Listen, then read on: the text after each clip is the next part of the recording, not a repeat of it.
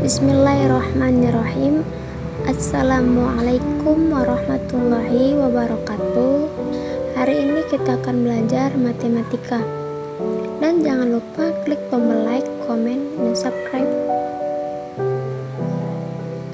Kompetensi dasar 3.27 mengevaluasi kajian statistika dalam masalah kontekstual. 4.27 menyelesaikan masalah kontekstual yang berkaitan dengan kajian statistika. Kemudian tujuan pembelajaran.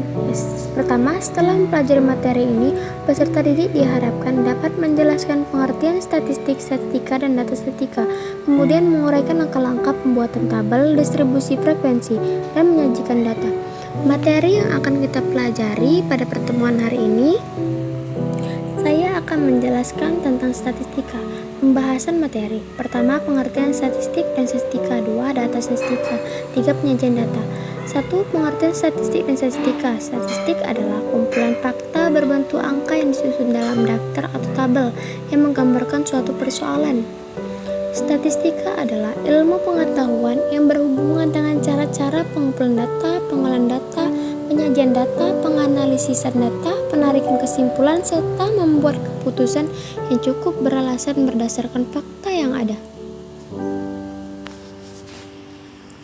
2. Data statistika. Data adalah sejumlah informasi yang dapat memberikan gambaran tentang suatu keadaan atau persoalan. Contoh-contoh data diantaranya adalah data pegawai, data siswa, data keuangan, data penjualan, dan sebagainya. Jika data yang diambil hanya sebagian dari anggota suatu objek penelitian, maka data yang demikian disebut sampel. Anggota sampel dimaksudkan sebagai wakil dari seluruh objek penelitian. Keseluruhan objek penelitian disebut populasi. Syarat data yang baik yang pertama harus objektif. Artinya data yang diperoleh harus menggambarkan keadaan yang sebenarnya. Yang kedua, harus relevan. Artinya data yang diperoleh harus ada kaitannya dengan permasalahan yang akan diteliti. Yang ketiga, harus sesuai zaman atau up to date. Artinya data jangan ketinggalan. Yang keempat, harus representatif. Artinya sampel yang dipilih harus memiliki sifat yang sama atau menggambarkan keadaan populasinya. Yang kelima, harus reliable atau dapat dipercaya. Sumber data atau narasumber harus dari sumber yang tepat. Yang keenam, representatif. Artinya karakteristik yang diteliti tercermin dalam data yang diambil. Macam-macam data.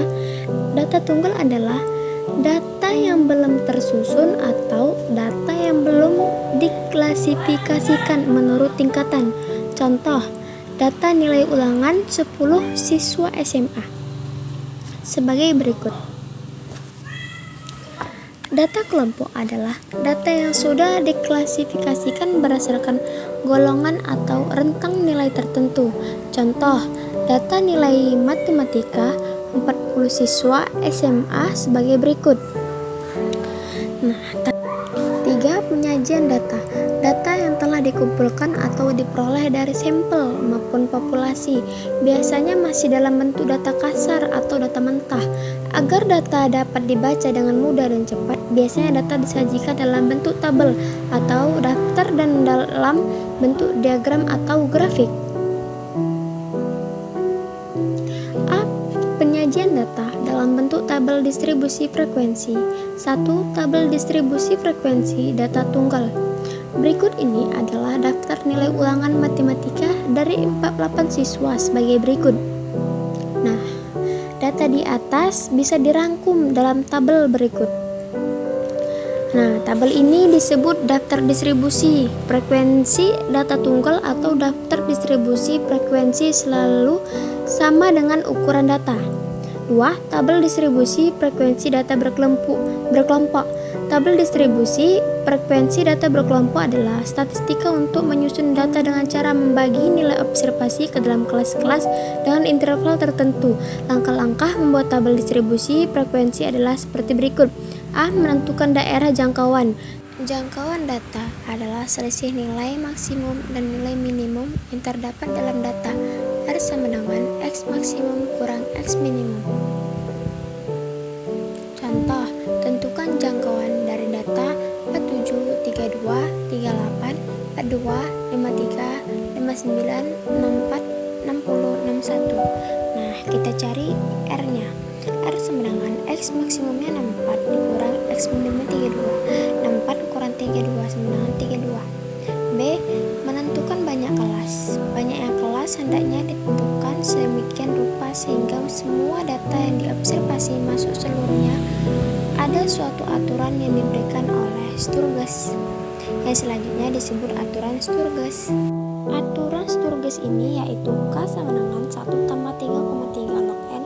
Jika hasilnya bentuk desimal, ambil pembulatan ke bawah.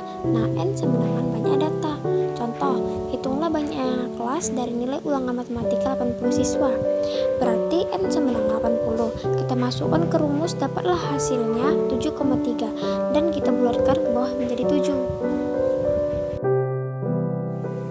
Kemudian C. Interval kelas. Nah, interval kelas atau disebut juga panjang kelas diperoleh dari R bagi K. Nah, jika hasilnya bentuk desimal, maka ambil pembulatan ke atas. D. Batas kelas dan tepi kelas. Batas kelas adalah nilai-nilai ujung suatu interval. Nilai ujung bawah interval kelas disebut batas bawah dan nilai ujung atas interval kelas disebut batas atas. Tepi bawah kelas diperoleh dari batas bawah kelas kurang 0,5. Tepi atas kelas diperoleh dari batas atas kelas tambah 0,5. Contoh, nilai matematika 40 siswa SMK.